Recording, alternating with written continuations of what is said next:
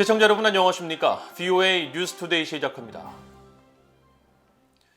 미국 국무부는 북한의 잇따른 탄도미사일 발사에 대응한 추가 조치를 동맹과 파트너는 물론 유엔과 협력하고 있다고 밝혔습니다. 특히 북한의 위협은 전 세계 모든 나라에 영향을 미친다면서 다른 나라들도 이런 우려를 공유하고 있다고 확인했습니다. 첫 소식 함지하 기자가 보도합니다. 정례 브리핑에 나선 네드 프라이스 국무부 대변인은 북한의 도발을 중단하기 위해 미국이 어떤 도구를 사용할 수 있느냐는 BOE의 질문을 받았습니다. 프라이스 대변인은 지난달 미국이 북한 국적자를 포함한 8건의 독자 제재를 가한 사실을 상기시키면서 북한의 탄도미사일 발사에 대응해 계속 추가적인 조치를 마련하고 있다고 밝혔습니다. We are continuing and we have continued to be in touch with our allies and partners on as well as the UN on further steps that can be taken. 그러면서 성김 국무부 대북 특별 대표가 일본 한국 측과 이 문제에 대해 대화하고 린다 토마스 그린필드 유엔 주재 미국 대사가 북한이 제기하는 국제 평화와 안보에 대한 도전과 위협에 깊이 관여하고 있다고 밝힌 사실을 사례로 제시했습니다. 프라이스 대변인은 그러나 이런 모든 상황 속에서도 외교적 노력은 또 다른 중요한 도구라며 북한의 대화 복귀를 거듭 촉구했습니다. Right now, even as we have made clear, we have no hostile intent. We are open to diplomacy. We have not yet received an affirmative response from the DPRK, but that has not stopped us from continuing to coordinate closely with the ROK, with Japan, with other partners and allies in the Indo-Pacific and beyond to find ways to promote our objective of the complete denuclearization of the Korean Peninsula. 프라이스 대변인은 최근 북한을 규탄하는 미국 등의 공동 성명에 일부 나라들이 불참한 데 대한 BOE의 이어진 질문에 대해서는 북한의 도전에 대응해 나온 여러 다자간 성명에 서명하거나 그렇게 하지 않기로 한 결정은 개별 국가에 맡긴다고 답했습니다. 지난달 북한의 단거리 탄도미사일 발사에 대응해 발표된 공동 성명에는 미국, 영국 등 안보리 상임이사국과 알바니아 등 비상임이사국과 이사국이 아닌 일본까지 참여했지만 북한의 핵과 미사일 위협에 직접 영향을 받는 한국은 불참했습니다. 프라이스 대변인은 그러나 우리는 북한의 탄도미사일과 핵 프로그램은 영내에 배치된 미군이나 영내 동맹뿐 아니라 그 너머에도 위협을 제기한다는 사실을 알고 있다면서 북한이 국제 평화와 안보에 위협을 가하고 그들의 도발은 광범위하게 불안정하며 전 세계 국가들이 이런 우려를 공유한다는 점도 알고 있다고 밝혔습니다. 프라이스 대변인은 이어 바이든 행정부의 접근 방식은 이전 행정부와 여러 면에서 구별된다며 그중 하나는 파트너와 동맹국과의 긴밀한 협력에 초점을 맞추는 것이라고 말했습니다. 그러면서 이런 노력의 일환으로 동맹과 파트너 등 여러 나라들과 지속적으로 교류하고 있다면서 이것은 우리의 최우선 목표인 한반도의 완전한 비핵화를 촉진하기 위해서라고 거듭 강조했습니다. BOE 뉴스 함지하입니다. 북한과 이란이 탄도미사일 개발 정보를 공유하고 있는 것으로 알려졌으며 이란산 유류가 북한으로 유입될 가능성이 있다고 미국 의회조사국이 밝혔습니다. 미국 의회조사국은 2일 갱신한 대이란 제재 보고서에서 북한과 이란은 광범위한 전략적 사업, 특히 탄도미사일 개발에 관한 정보를 공유하고 있는 것으로 알려졌다고 밝혔습니다.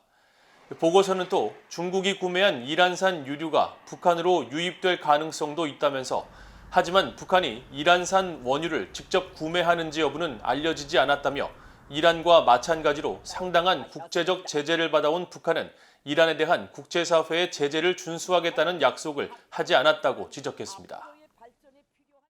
유럽연합 EU가 북한의 해상 불법 환적 단속 강화와 관련해 엄격한 대북 제재 이행과 국제사회의 동참 필요성을 거듭 강조했습니다.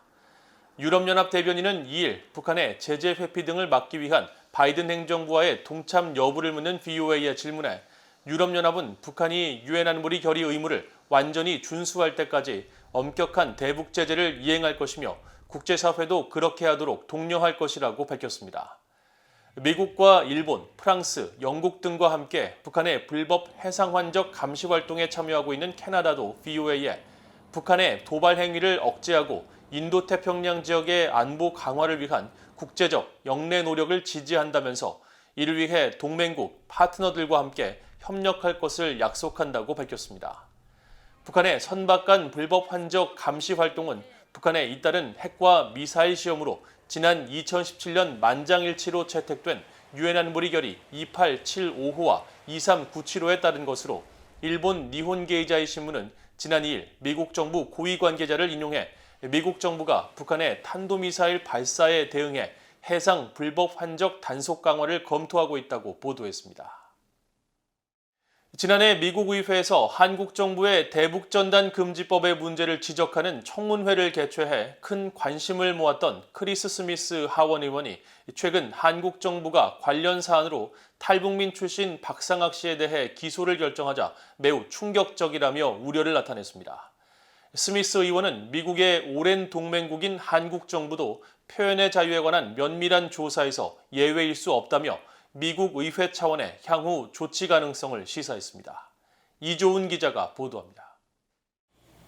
미국 공화당 소속의 크리스 스미스 하원 의원은 한국 검찰이 탈북민 출신 운동가인 박상학 자유북한운동연합 대표를 대북전단 금지법 위반 혐의로 기소하자 강하게 비판했습니다. 스미스 의원은 2일 VOA에 보낸 이메일 답변을 통해 탈북운동가인 박상학 씨에 대한 기소는 민주주의와 자유에 대한 시사점에서 매우 충격적이라고 밝힌 겁니다. 그러면서 그 어떤 정부, 심지어 오랜 동맹국의 정부도 면밀한 조사에서 예외일 수 없다고 밝혀 미국 의회 차원의 조치 가능성을 예고했습니다.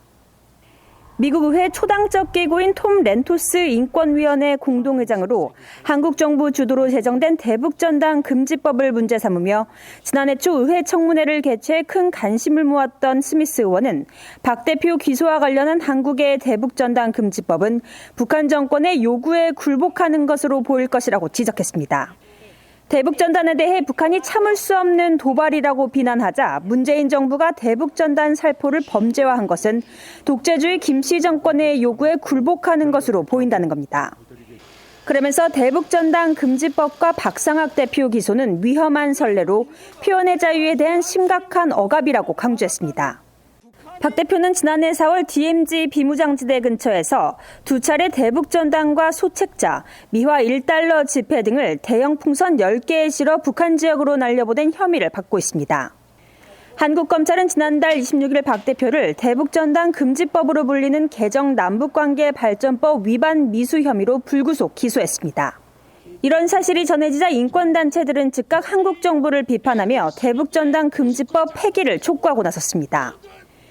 미국 뉴욕에 본부를 둔 국제인권단체 휴먼라이츠 워치는 성명을 통해 박 대표 기소 결정은 인권변호사 출신 문재인 대통령이 절대적으로 부끄러워해야 할 표현의 자유에 대한 중대한 타격이라면서 문재인 대통령이 북한 정권의 협박에 굽실거리고 권리를 남용하는 법을 통과시키는 것을 지켜보는 건 그의 대통령 임기 중 최악 중 하나이자 유업의 중대한 오점이라고 주장했습니다.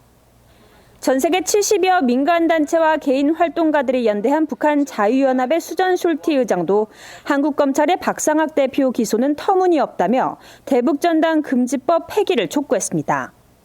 한국에는 표현의 자유가 있으며 대북전단 금지법은 헌법과 국제조약 의무 위반으로 누구나 국경을 넘어 정보를 전송할 권리가 있고 박 대표는 그런 자유를 행사했을 뿐이라는 겁니다.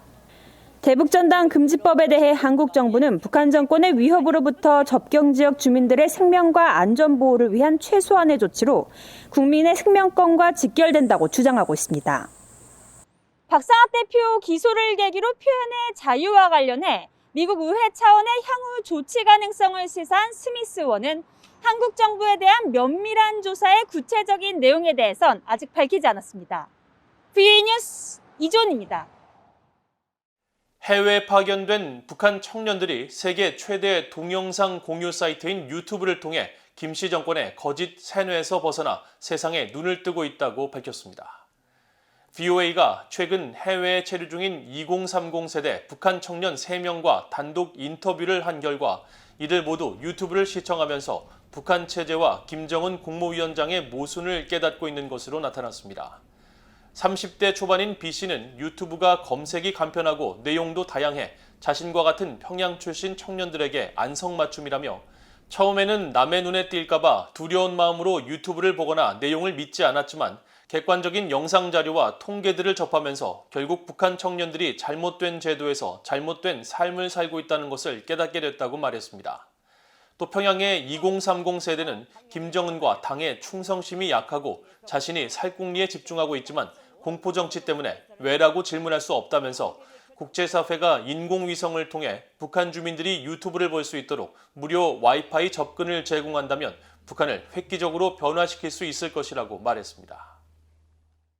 미국과 일본, 호주 공군이 참여해 2일부터 시작된 콤노스 연합공중훈련은 북한 등의 위협에 대처하기 위한 것이라고 미국 태평양 공군사령부가 밝혔습니다.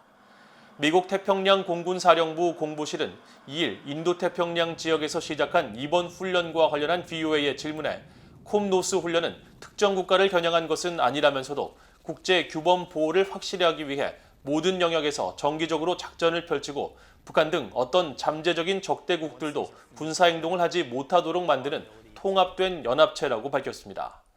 또 이 훈련은 동맹 파트너와의 관계 강화와 영내 안보 지원에 상호 운용성을 향상할 기회를 제공한다면서 자유롭고 개방적인 인도태평양을 지향하는 3국이 역량을 강화하고 조정력을 개선할 수 있도록 해준다는 점에서 특별하다고 평가했습니다.